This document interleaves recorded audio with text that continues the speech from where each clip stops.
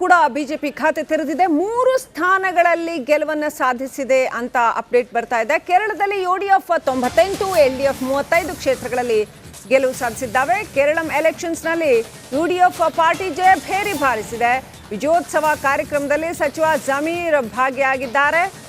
ತಾಲಿಕಟ್ನಲ್ಲಿ cake cut ಮಾಡಿ ಸಿಹಿ ತಿನ್ನಿಸಿ ಸಂಭ್ರಮದಲ್ಲಿ ಭಾಗಿಯಾಗಿದ್ದಾರೆ ಜಮೀರ್.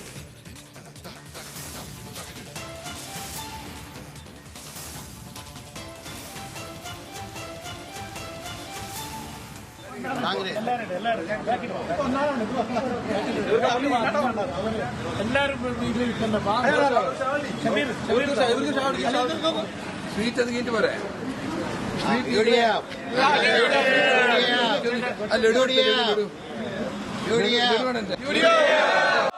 यूडीएफ जिंदाबाद जिंदाबाद जिंदाबाद जिंदाबाद जिंदाबाद यूडीएफ जिंदाबाद यूडीएफ जिंदाबाद यूडीएफ जिंदाबाद यूडीएफ जिंदाबाद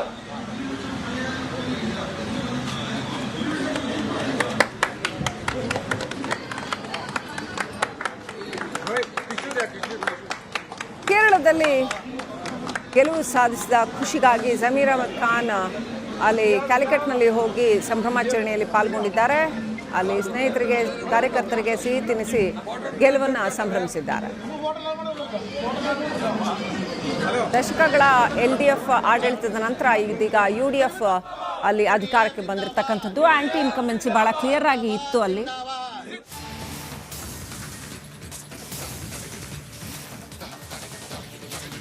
ಮೂರು ರಾಜ್ಯಗಳಲ್ಲಿ ಬಿಜೆಪಿ ಗೆಲುವಿನ ನಗೆ ಬೀರಿದೆ. ಬಿಜೆಪಿಯಲ್ಲೂ ಕೂಡ ಬಹು ದೊಡ್ಡ ಮಟ್ಟದಲ್ಲಿ ಸಂಭ್ರಮ. ಪಶ್ಚಿಮ ಬಂಗಾಳದಲ್ಲಿ ದೀದಿ ಕೋಟೆಯನ್ನ ಛಿದ್ರಗೊಳಿಸಿದ ಸಂಭ್ರಮ ದೇಶದಾದ್ಯಂತ ಬಿಜೆಪಿ ಪಾಳಯದಲ್ಲಿ ಮನೆ ಮಾಡಿದೆ. 203 ಸ್ಥಾನಗಳನ್ನು ಗಳಿಸಿ ಟಿಎಂಸಿಯನ್ನ 84ಕ್ಕೆ ಕಟ್ಟಿ ಹಾಕುವಲ್ಲಿ ಯಶಸ್ವಿಯಾಗಿದೆ ಬಿಜೆಪಿ. ಐತಿಹಾಸಿಕ ಮೊದಲ ಬಾರಿಗೆ ಪಶ್ಚಿಮ ಬಂಗಾಳದಲ್ಲಿ ಕೇಸರಿ ಪಡೆ ದಿಗ್ವಿಜಯ ಸಾಧಿಸಿದೆ. ಪಶ್ಚಿಮ ಬಂಗಾಳದ ಬಿಜೆಪಿ ಕಾರ್ಯಕರ್ತರಿಗಂತೂ ಮುಗಿಲು ಮುಟ್ಟಿದ ಸಂಭ್ರಮ. ಯಾಕಂತಂದ್ರೆ ಕಳೆದ 3 ಟರ್ಮಿಂದ ಅವರು ಈ ಒಂದು ಗೆಲುವಿಗಾಗಿ ಪ್ರಯಾಸ ಪಟ್ಟಿದ್ದಾರೆ.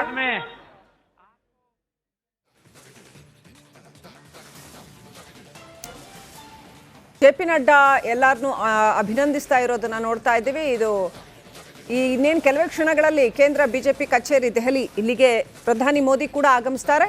ಜೆ.ಪಿ. ನಡ್ಡಾ ಆಗಮಿಸಿದ್ದಾರೆ. ಅನೇಕ ಬಿಜೆಪಿ ಮುಖಂಡರೆಲ್ಲರೂ ಕೂಡ ಆಗಮಿಸ್ತಾ ಇದ್ದಾರೆ. ಕೆಲವೇ ಕ್ಷಣಗಳಲ್ಲಿ ಪ್ರಧಾನಿ ಮೋದಿ ಕೂಡ ಆಗಮಿಸ್ತಾರೆ. ಹಾಗೇನೆ ಕಾರ್ಯಕರ್ತರನ್ನ ಉದ್ದೇಶಿಸಿ ಮಾತನಾಡ್ತಾರೆ ಅಂತ ಹೇಳಲಾಗಿದೆ. ಇದು ಒಂಥರ ಹಿಸ್ಟಾರಿಕ್ ಪಾತ್ ಬ್ರೇಕಿಂಗ್ ಬಿಜೆಪಿ ವಿಚಾರದಲ್ಲಿ. ಯಾವ್ಯಾವುದೋ ಎಲೆಕ್ಷನ್ಸ್ ಗೆದ್ದಿದ್ದೀವಿ, ಪಶ್ಚಿಮ ಬಂಗಾಳ ಮಾತ್ರ ಬಹಳ ಕಠಿಣ ಅನ್ನೋ ಪರಿಸ್ಥಿತಿ ಇತ್ತು. ಇದೀಗ ಅದೆಲ್ಲ ಕೂಡ ಧೂಳಿಪಟವಾಗಿದೆ. ದೀದಿ ಕೋಟೆಯನ್ನ ಛಿದ್ರಗೊಳಿಸಿದ ಖುಷಿಯಲ್ಲಿ ಬಿಜೆಪಿ.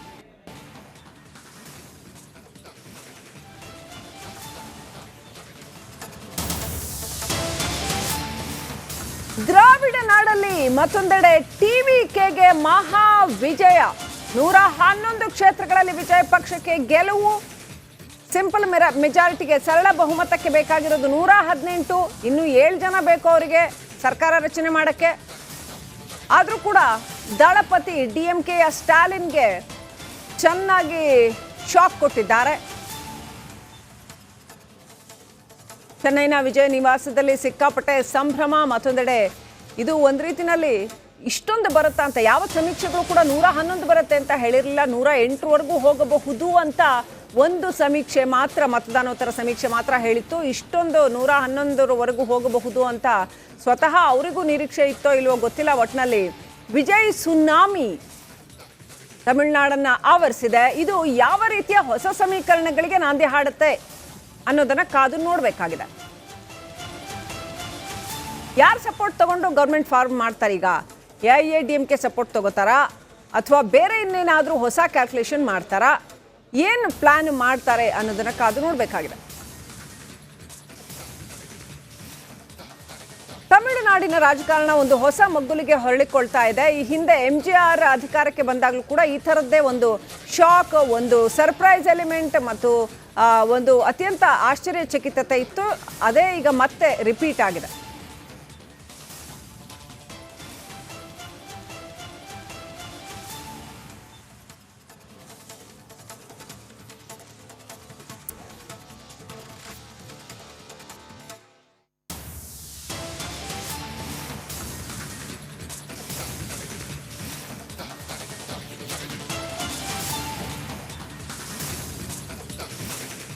ಕೇರಳದಲ್ಲೂ ಕೂಡ ಬಿಜೆಪಿ ಖಾತೆ ತೆರೆದಿದೆ. 3 ಸ್ಥಾನಗಳಲ್ಲಿ ಗೆಲುವನ್ನು ಸಾಧಿಸಿದೆ ಅಂತ ಅಪ್ಡೇಟ್ ಬರ್ತಾ ಇದೆ. ಕೇರಳದಲ್ಲಿ ಯುಡಿಎಫ್ 98, ಎಲ್ಡಿಎಫ್ 35 ಕ್ಷೇತ್ರಗಳಲ್ಲಿ ಗೆಲುವು ಸಾಧಿಸಿದ್ದಾವೆ. ಕೇರಳಂ ಎಲೆಕ್ಷನ್ಸ್ನಲ್ಲಿ ಯುಡಿಎಫ್ ಪಾರ್ಟಿ ಜಯಭೇರಿ ಬಾರಿಸಿದೆ.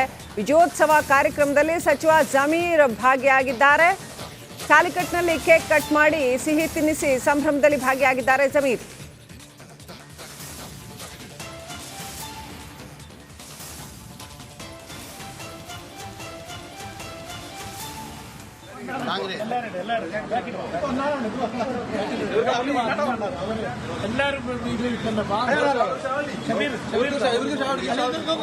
ಸ್ವೀಟ್ ಅದಕ್ಕೆ ಬರೇ ಯುಡಿಎಫ್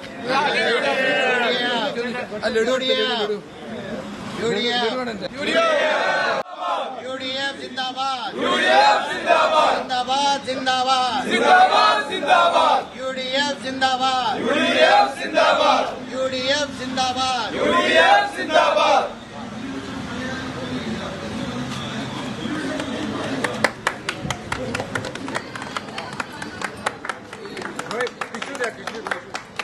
ಕೇರಳದಲ್ಲಿ ಗೆಲುವು ಸಾಧಿಸಿದ ಖುಷಿಗಾಗಿ ಜಮೀರ್ ಅಹಮದ್ ಖಾನ್ ಅಲ್ಲಿ ಕ್ಯಾಲಿಕಟ್ನಲ್ಲಿ ಹೋಗಿ ಸಂಭ್ರಮಾಚರಣೆಯಲ್ಲಿ ಪಾಲ್ಗೊಂಡಿದ್ದಾರೆ. ಅಲ್ಲಿ ಸ್ನೇಹಿತರಿಗೆ, ಕಾರ್ಯಕರ್ತರಿಗೆ ಸಿಹಿ ತಿನ್ನಿಸಿ ಗೆಲುವನ್ನು ಸಂಭ್ರಮಿಸಿದ್ದಾರೆ. ದಶಕಗಳ ಎಲ್ಡಿಎಫ್ ಆಡಳಿತದ ನಂತರ ಇದೀಗ ಯುಡಿಎಫ್ ಅಲ್ಲಿ ಅಧಿಕಾರಕ್ಕೆ ಬಂದಿರತಕ್ಕಂಥದ್ದು. ಆಂಟಿ ಇನ್ಕಮೆನ್ಸಿ ಬಹಳ ಕ್ಲಿಯರ್ ಆಗಿ ಇತ್ತು ಅಲ್ಲಿ.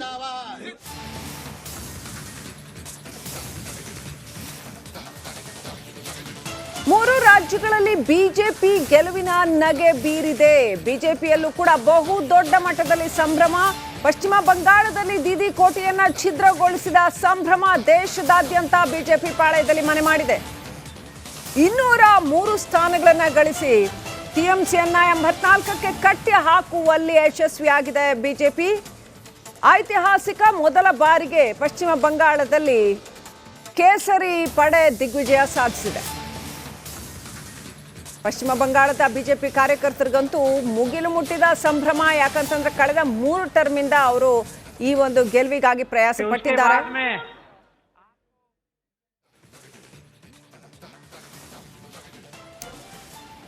ಜೆ.ಪಿ. ನಡ್ಡಾ ಎಲ್ಲರನ್ನೂ ಅಭಿನಂದಿಸ್ತಾ ಇರೋದನ್ನ ನೋಡ್ತಾ ಇದ್ದೀವಿ. ಇದು ಇನ್ನೇನು ಕೆಲವೇ ಕ್ಷಣಗಳಲ್ಲಿ ಕೇಂದ್ರ ಬಿಜೆಪಿ ಕಚೇರಿ ದೆಹಲಿ, ಇಲ್ಲಿಗೆ ಪ್ರಧಾನಿ ಮೋದಿ ಕೂಡ ಆಗಮಿಸ್ತಾರೆ. ಜೆ.ಪಿ. ನಡ್ಡಾ ಆಗಮಿಸಿದ್ದಾರೆ.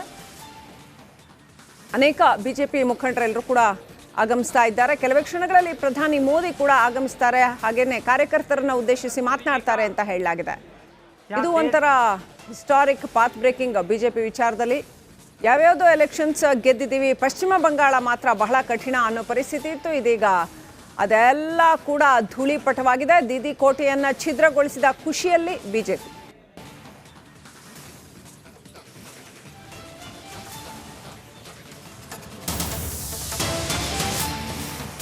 ದ್ರಾವಿಡ ನಾಡಲ್ಲಿ ಮತ್ತೊಂದೆಡೆ ಟಿವಿಕೆಗೆ ಮಹಾ ವಿಜಯ.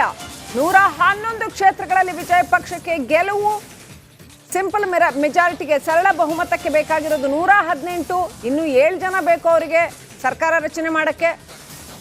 ಆದರೂ ಕೂಡ ದಳಪತಿ ಡಿಎಂಕೆಯ ಸ್ಟಾಲಿನ್ಗೆ ಚೆನ್ನಾಗಿ ಶಾಕ್ ಕೊಟ್ಟಿದ್ದಾರೆ.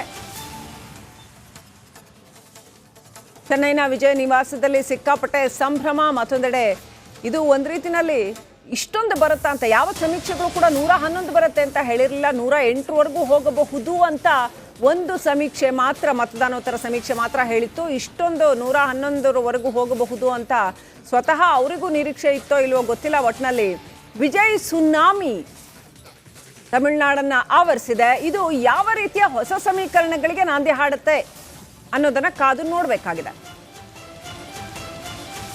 ಯಾರು ಸಪೋರ್ಟ್ ತಗೊಂಡು ಗೌರ್ಮೆಂಟ್ ಫಾರ್ಮ್ ಮಾಡ್ತಾರೆ? ಈಗ ಎಐಎಡಿಎಂಕೆ ಸಪೋರ್ಟ್ ತಗೋತಾರಾ ಅಥವಾ ಬೇರೆ ಇನ್ನೇನಾದರೂ ಹೊಸ ಕ್ಯಾಲ್ಕುಲೇಷನ್ ಮಾಡ್ತಾರಾ?